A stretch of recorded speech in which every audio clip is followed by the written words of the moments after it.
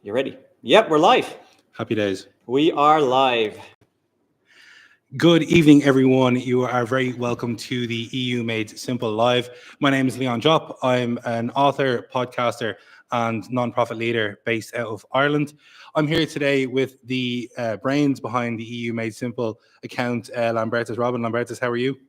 I am very well. I'm very well. I'm Excellent. super excited to talk about these results, honestly. And thank you very much for taking the opportunity to talk to us. Of course. No, absolutely. And yeah, exactly. Super. So look, let's get into it. We're currently in Brussels. We're in the EU Parliament. It's been crazy today in here. So tell us a little bit about what you've been seeing today. Yeah, so exactly. The EU Made Simple has been invited to the European Parliament. So, basically because of all of you online right now, because you're watching my content. So firstly, thank you for that. And we followed the elections tonight right on the main stage. Yep.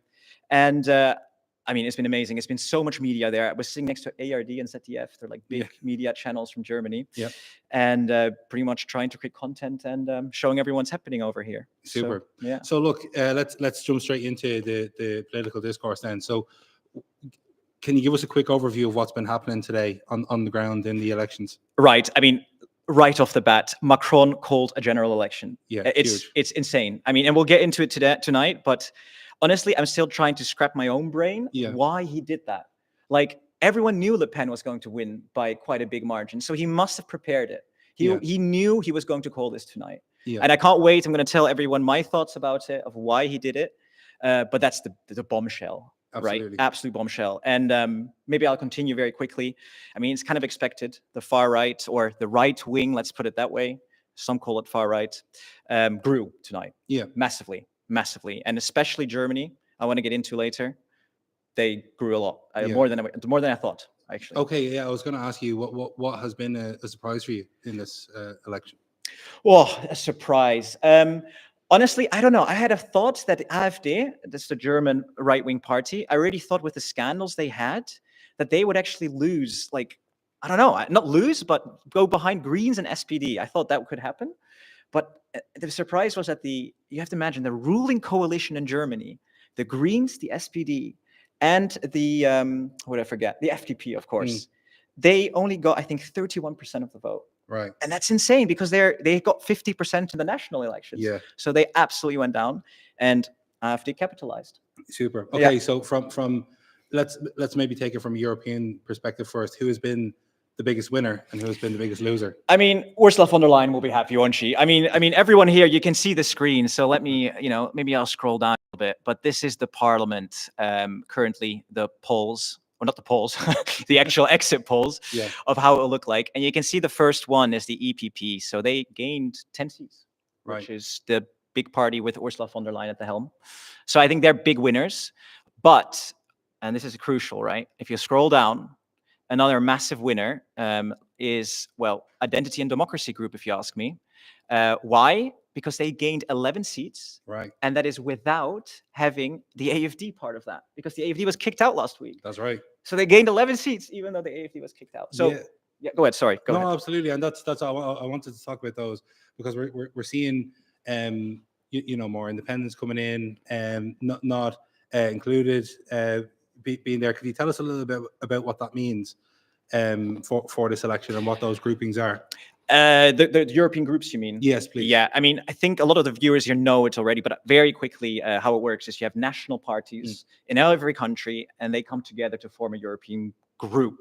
And there's actually another layer above it or between it, which is a European party, but let's not get into the difficulties there. And so, for example, the EPP, you have the CDU from Germany, you have the PP from Spain, and you have Forza Italia from Italy, and not hundreds, but like 50 other parties. Sure. Yeah. And then the not included, that group, why are they there? Who are they? Which not included group? So it's NI or IN or whichever one. So maybe they're on the furthest right, I believe. Yeah, maybe for the audience, this is also super interesting, and I'm happy you pointed on it, right? Because look, non-attached members are basically parties or MEPs within parties that are not part of a group. Right? Why? Because either the groups don't want to work with them, or they can't find a group that fits their ideology or whatever. Right. And look how much it went up. We had 62 in the previous parliament, and now we have 100. So that means we have 38 additional MEPs who have not been affiliated to a group. Sure. Now, one of this I already explained, it's the AFD. Mhm. That's, I think, well, help me out in the comments, but I think it's, what, 18 MEPs? 18? Oh, that might be completely wrong, but quite a few MEPs. Right. And of course, another one is Orban, Viktor Orban. He's Mhm. also not affiliated. I mean, you can guess why. He's he's not well liked by many parties. Yeah. But he could fit with the IND maybe, or the ECR. We'll see. So no, it's a very exciting time, and there's a lot to play for. Yeah. Now, I hate to speculate, but I see you as someone who has a lot of knowledge in this area, so I would love to pick your brains on it. It was actually when we met in Strasbourg that you taught me a lot about the European Parliament and the Commission and stuff like that. So I think you would know a lot about what potential parties could merge, split off, break off. I'd love to, pick your brain on who you think might go where. Is there any parties that might merge or split? Or I would love to also. Okay, I'm going to speculate massively now, right? So everyone, pinch your salt and put your ideas in the comments if you have some different ideas than I do. Yeah. But my speculation is the big speculation is ECR and IND, right? Okay. Because those are the right-wing parties in the parliament, or the even far-right parties in the parliament. So they are talking about, let's create a some of them there want to create a super group. Right. This will be ECR and IND together, right? That's some of the speculation. The chances of that happening from an EU Made Simple perspective for me is no more than 10-20% maybe, because they differ very much between their stance on Russia. The IND is very not pro-Russia, it's too strong, but wants to build relations. Right. The ECR is very anti-Russia, so they're very pro-Ukraine. So you think that might be a blocker? It's a massive blocker. Right. But if, of course, the IND or some parties within the IND could jump to the ECR, you never know. That could happen. Some of them are milder ones, maybe. But at the same time, there could be some ECR parties that might be interested in joining the EPP, right? The big one, right? Sure. And there's like a love triangle. It's literally a love triangle between Meloni. I don't want to get these right. So Meloni, Le Pen, and Ursula von der Leyen. Right. Because Ursula von der Leyen wants to work with both, and Le Pen wants to work with Meloni, and Meloni can choose which one she wants. Yeah. A proper love triangle. Yeah. Right. Okay. Superb. Yeah. So we've heard from some of the lead commission candidates today. You reckon Ursula von der Leyen is the most content at the moment? I love this topic. So also love speculation about this. For the audience, very quickly, the way it works is that when the elections are over, basically, well, they're over tonight. So tomorrow, what will start is the European Council, which are basically the 27 heads of state, will get together and they're going to discuss who will be the next Commission president. And I think Ursula von der Leyen is pretty much a shoe-in there. Okay. I really think, I see like a 70% chance she'll pass. You don't see any curveballs coming out of the woodwork? But the parliament is the issue. Right. Because the second step of becoming Commission president is the parliament has to agree with you. Okay. What does that mean? There's a vote in the European Parliament. So let me start from the start. European Council says, Ursula, you go. And then Ursula goes to the parliament and says, can you please vote for me? The parliament votes, and she has to get an absolute majority, which means more than half the parliament has to agree. And you can have a bit of fun, actually. Maybe we can play around with the numbers a little bit. So hang with me, group here. So here, for example, this is the parliament, right? Right. And here's the EPP. Here is the S&D. Right. And here's Renew Europe, right? These are the ones that worked together in the last parliament. And as you can see, they have 401 seats. So that's majority of 30. So really, not Le Pen, Ursula von der Leyen could win with that. Right. The problem is she has rebels in her own party. So again, the plot thickens. The plot thickens, and I mean, sorry, you have to stop me if it's too much detail. But I love this topic because in the EPP there's also the French Republicans, and they don't like Ursula. And even the CDU in Germany, there is some detractors. I wouldn't call them traitors, but you know, they're going to vote against her. Sure. And you never know, right? And of course, the S&D. They're all not fans of her either. So she doesn't, if you ask me, she does not have the votes in these three parties. So what has she been doing? She's been flirting. Here, I've clicked it now, the ECR, right? Because I think she's kind of bagging on Meloni to support her. But the problem is, it's like a two-edged sword, right? Because if Meloni then just supports her and von der Leyen flirts with the ECR, I see. then the S&D and the Renew Europe will be like, no thanks, and will take their support away. So Right. she's in such difficult waters, Leon. Yeah, no, this is a Yeah. you know, political place that you don't necessarily want to find yourself House of in. Cards, man. House Yeah. of Cards. It's exciting. Well, it's exciting stuff. Yeah, I like, love it. I love it. It's thrilling. It's actually, I'm sure they'll make a Netflix series on it. Yeah, yeah. Okay, so before we get into now, like kind of France in a little bit more detail, I want to talk about the turnout. Right. 51%. Is that a surprise? What are your thoughts on that? I am ecstatic it's more than 5 years ago. Okay. I mean, I'm not going to hide my bias here. I like the EU. I think there's a lot to improve, but I think it's an important institution for us. And I'm very happy more people voted. Either right wing, left wing, middle. It doesn't matter to me in that sense. People should vote. The main thing is that people went Yeah, out and they exercised their right. 100%. Honestly, yeah. No, that's brilliant. But sorry, Leon, I have to interrupt you. Okay. It's not enough. Okay, yeah. I mean, I'm from the Netherlands. Everyone here should know I'm from the Netherlands, and our voting turnout for a national election, 70%, or like 74, I think. Right. Again, correct me in the comments if I'm wrong. Yeah. But the European elections were 48%, and that's insane. Yeah.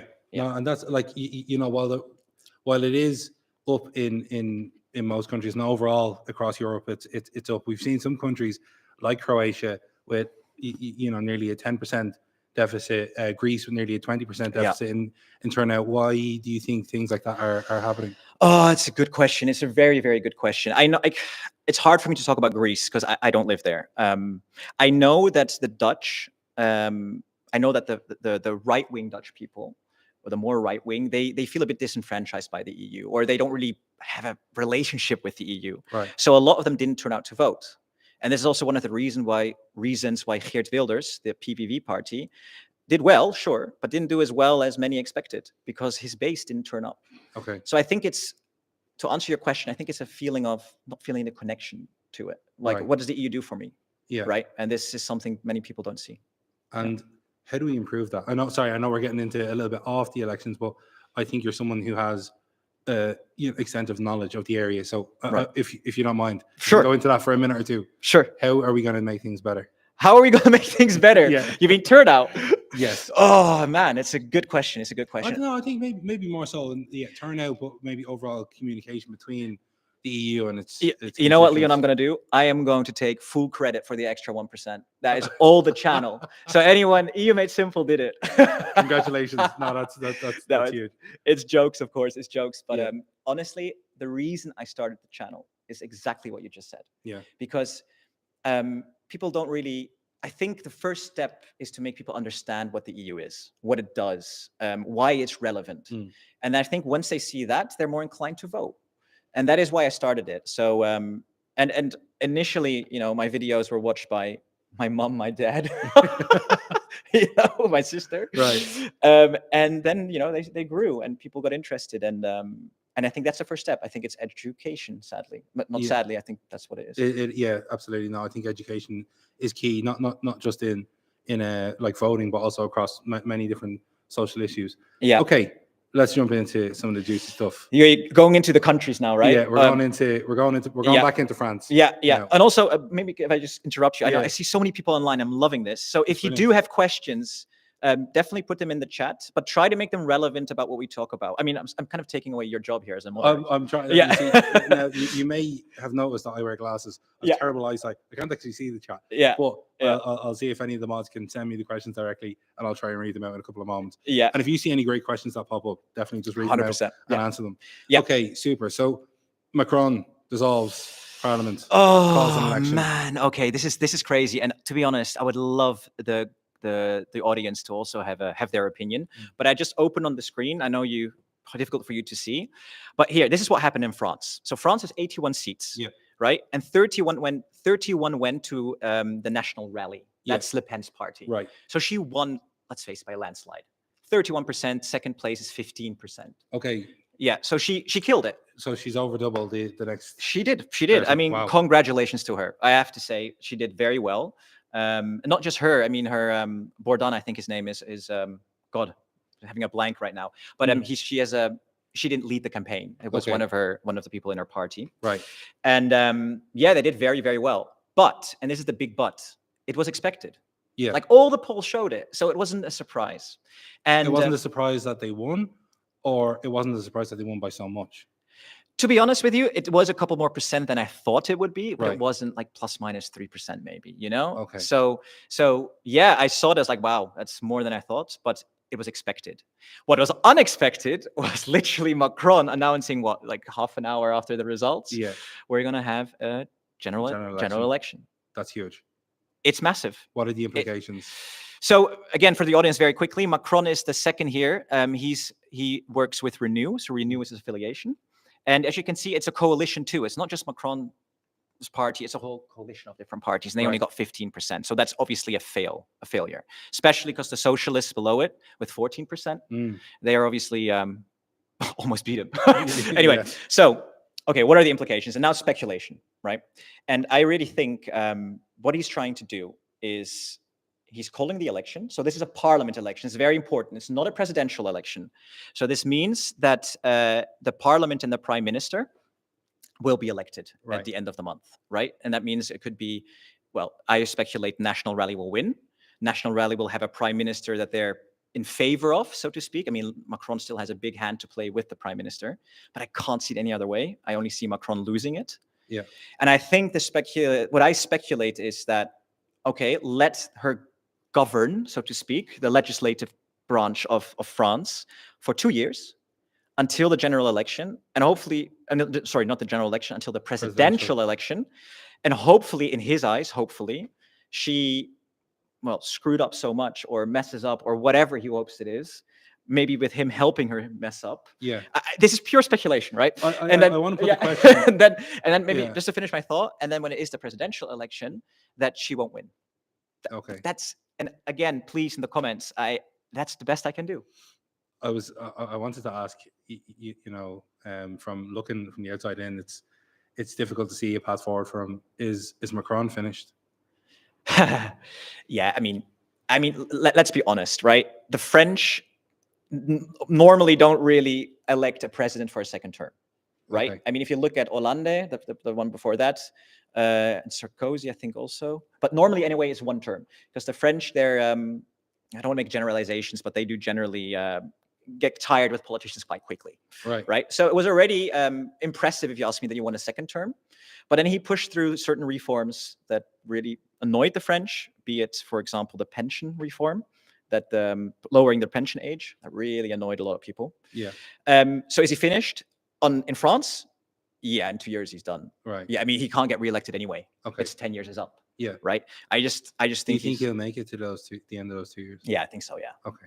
Yeah, he'll remain president. Yeah. Right. Super. Yeah. So I suppose to maybe draw some conclusions. What is next? What can people expect to see over the next couple of weeks? Let's hold that question. I quite like what this guy he's doing here. Tick up. He tagged us, as you can see, EU Made Simple. So that's easy way to read the questions. Sweet. He asked one question, so I kind of want to get involved with that. Is there any chance of AFD joining the IND? Oh, no, I don't think so. Removing the AFD from the IND group, just to quickly answer that question, was a PR stunt for Le Pen, if you ask me, right? I know it's not your question, so back to... So it's a PR stunt, because I do think that there's differences between the parties, 100%. But I do think Le Pen can use that locally to say, look, we're not extremists. And to be fair, she has moved a lot more to the center. So I think that's how she used kicking out the AFD. And now taking them back in after the election makes no sense to me. No. Right. Okay. But there could be a new group that forms. So that's the answer. And that's it. You know, that's what we could see is that new group forming. So sorry, what was your question? My question was, you know, what can people expect to see from your followers over the next couple of weeks in terms of the EU? Yeah, I mean, what they can see is we'll be publishing a lot of content in the next couple of weeks on the election results. And the fun thing is, it really doesn't stop here. It starts. Yeah. Because, we have the parliament, but as most people probably know, we have two other institutions, right? Most of all, the European Commission. And we have to have 27 commissioners elected. We need to have the president elected. And there's no better channel on YouTube to cover that than EU Made Simple. 100%. Yeah, and we have a French EU Made Simple too. We have a German EU Made Simple. So anyone online who wants a different language, or maybe you're tired of my voice, you can definitely do that. Oh, there's Absolutely. lots of questions coming in. We do have lots of questions coming in. Go ahead. You can fire away. Yeah, Go I ahead. feel kind of bad because you're like moderating it. It's all good. I'm just enjoying watching you work. All right. Okay. This is here's another interesting one. Are Druggy's chances totally over? So Druggy, have you heard of Druggy? I haven't heard of Druggy. He's A druggie in Ireland is something a completely Druggy. different. It's someone who's I quite heavily can addicted imagine. to I can drugs. imagine. Actually, I made a video on this. I made a video saying the 5 most likely candidates to kick Ursula von der Leyen off her pedestal. Right. Okay. And my number 2 was Druggy, and he is basically a previous Italian politician. He was the president of the central bank, if I'm not mistaken, and he was prime minister in Italy, I think. Yeah, exactly. So anyway, he has a big political career, and there's speculation that he might take over as the commission president. Right. And that's why I think he asked the question. His big downside, if you ask me, he's a technocrat, which everyone would say that's positive, but it's not when you have the EPP as the biggest party. Okay. Because they want someone from their own ranks. Why Yes. would they settle for a technocrat? That's my biggest downside with him. And Macron played around with the name Draghi, and Macron is severely weakened, or at least, you know what I mean? Now, yeah. Difficult. So I don't. Again, honestly, anything can happen. But yeah, that's the answer to that question. Okay, brilliant. We're seeing tons of questions coming in. Yeah, we're seeing lots of Incredible. questions. Should we? Here's another question about the Netherlands. Should we have a look at Netherlands? Go ahead. Let's go. Yeah. So the Netherlands, because someone is asking about that. And we should probably look at Germany too, if you want to. Anyway, Yeah, more than happy to do so. Netherlands. So here we go, everyone. The Netherlands. Right. Any questions in the Netherlands? You were the first one to vote. We were. What was the overall turnout there? I actually voted in the Netherlands. Yeah. Amazing. I'm not going to say who I voted for, of course, but Okay. that would kill my... Anyway, what happened? So the Netherlands, very quickly. There is the PVV. Right. They are the right-wing, far-right party in the Netherlands. And the crazy thing, or the interesting thing, is that he cleaned up the national election, like literally took it out of the park. Very unexpected. So everyone was thinking in this election now, he's going to clean it up. But he didn't. He did very well. Don't take anything away from him. But he didn't win. It was actually the Greens together with the, God, I'm having a blank right now. PVDA is called. It's like Right. a Labour Party. But, and the funny thing is, now if you look here, it actually looks like the IND one, so the PVV, because the Greens and the PVDA, they work together in a coalition. But when they come to the European Parliament, they split up. So in a way, you could actually say that he did win, Geert Wilders. Right. Okay. Yeah. Yeah. In terms of the single. Yeah, exactly. Yeah, I mean, I think Wilders could have done a lot better if his base came to vote. And it's honestly, it's a shame they didn't. Like, the European elections are so important, and I wish everyone goes to vote. Mm. Yeah. And now, tell me, in terms of like Euroscepticism, is he like the guy for? Oh yeah, he's very Eurosceptic. Sure. I mean, before in the national elections, his manifesto, he had a page saying, "We need a Nexit referendum," right? That kind of Euroscepticism. Yeah. We've had that in Ireland as well. We've had our exit, which doesn't sound as cool as Brexit or an exit.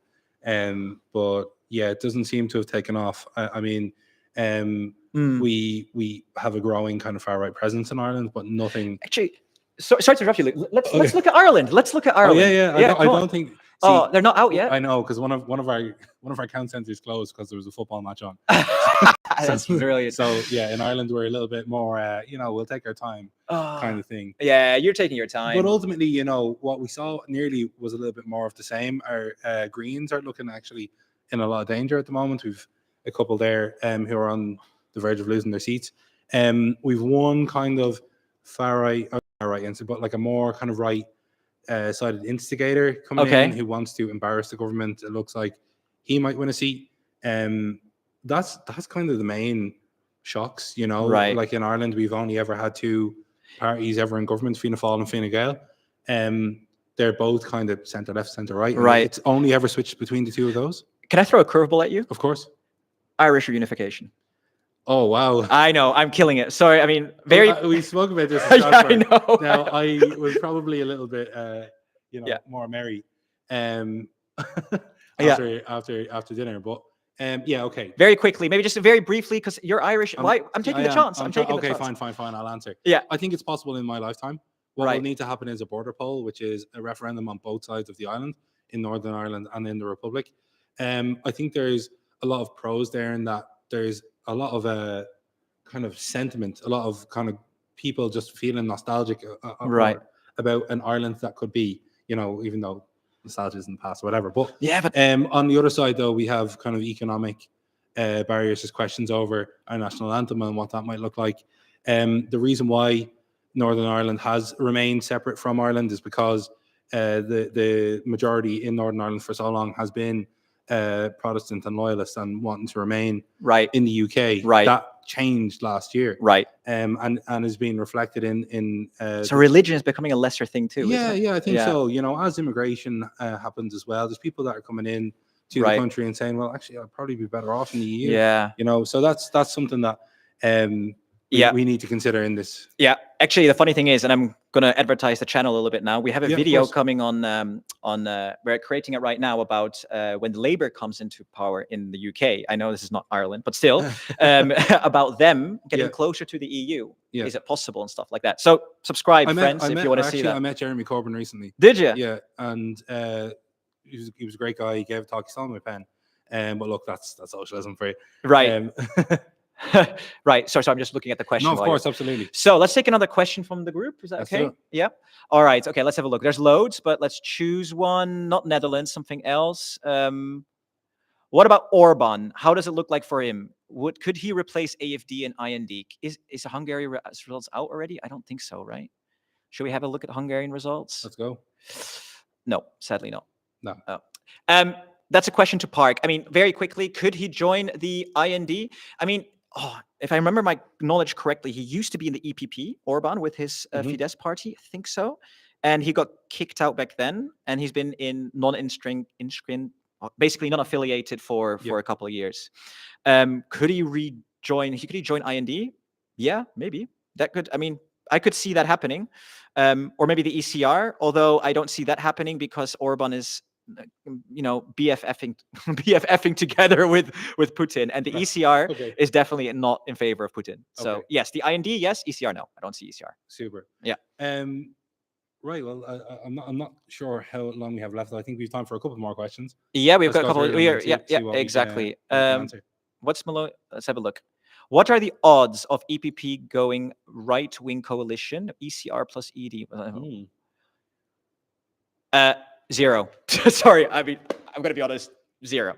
Because here, it's a good question. I don't want to make, here, let's have a look. If EPP, right? So everyone in the call, so the EPP is 186 seats and needs 175 more for majority. So then let's take the conservative and reformists based on current polls, and let's take the IND. So as you can see, 45 more seats are needed for a majority, right? Right. So I don't see them going for a Do you see them going that back coalition towards Renew and S&D? It makes most sense. I mean, look at this, right? That gives them a majority, Right. I think the reason why von der Leyen is flirting with the ECR is because she needs the votes from the parliament to get her into power. And she's concerned that there will be rebels from those three. I entertained the idea today. Again, pure speculation. Imagine Maloney leaving the ECR and joining the EPP. Yeah. It won't happen, I don't think, because today, actually, we had this discussion in the parliament. I was actually about to say that over the course, we've met twice now. Yeah.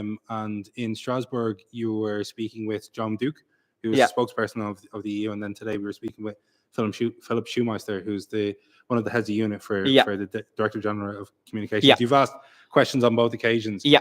How do you think they've handled it? How do you think the communication has been from the parliament to us? Yes, I think it's great. So just everyone knows, we've been invited here, right? We've had great speakers. They've been very, very amazing accommodating us, and I think it's so important. I think content creators like yourself, like myself, and all of the others that were here, they have a following, right? I mean, look how cool. We have about 1,500 people on the call. That's incredible. That's amazing. I mean, thank you everyone for listening to us and making European politics, fun. Yeah. So I think they've done very well with that. I would like to see a bit more from the parliament and from the EU in terms of advertising the EU across Europe a bit more. Okay. And, I mean, there is money here. There is smart heads and stuff. And there was a very good point from someone today who said, when I looked at the Croatian media, like the main media channels, the EU elections weren't number one. Yeah. Why? Third. Yeah. Why?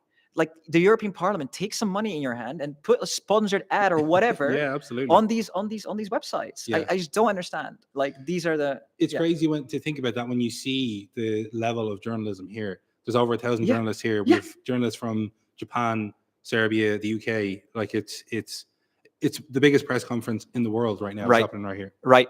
Sorry, just to see what's coming. Yeah. You're right. You're completely right. And that's And oh, by the way, just a very quick interlude. We have 1,500 people on the call. I think you're all watchers of the channel, and I want to take the opportunity to sign up to our Patreon if you like this kind of content, because honestly, like, to put it really clearly, you do keep us going. We're not sponsored by the EU. Yes, we got this invitation, but we're definitely not paid by them. So your support helps a lot. So thank you very much. But anyway, let's look at. Sure. Do you have a couple time for? Yeah, of course. We're here until 2 a.m. So. Yeah, I mean, if you, like, we still, if you want to do it in our 5 to 10 minutes, if you want, because we have so many people. More than happy to do so. Yeah, all right, absolutely. Then let's take a look at another question. Okay, here. What is your opinion on the third largest group being non-inscript? I can never say that word. Inscrits. Okay. How do you think this group will impact other groups as parties choose affiliation? False vacuum. Thank you for the question. So let's take a look at the non-inscrits, which are them. Wow. Big, huh? Very big group. 100. Wow. It's like what, 15%? Mm-hmm. Yeah.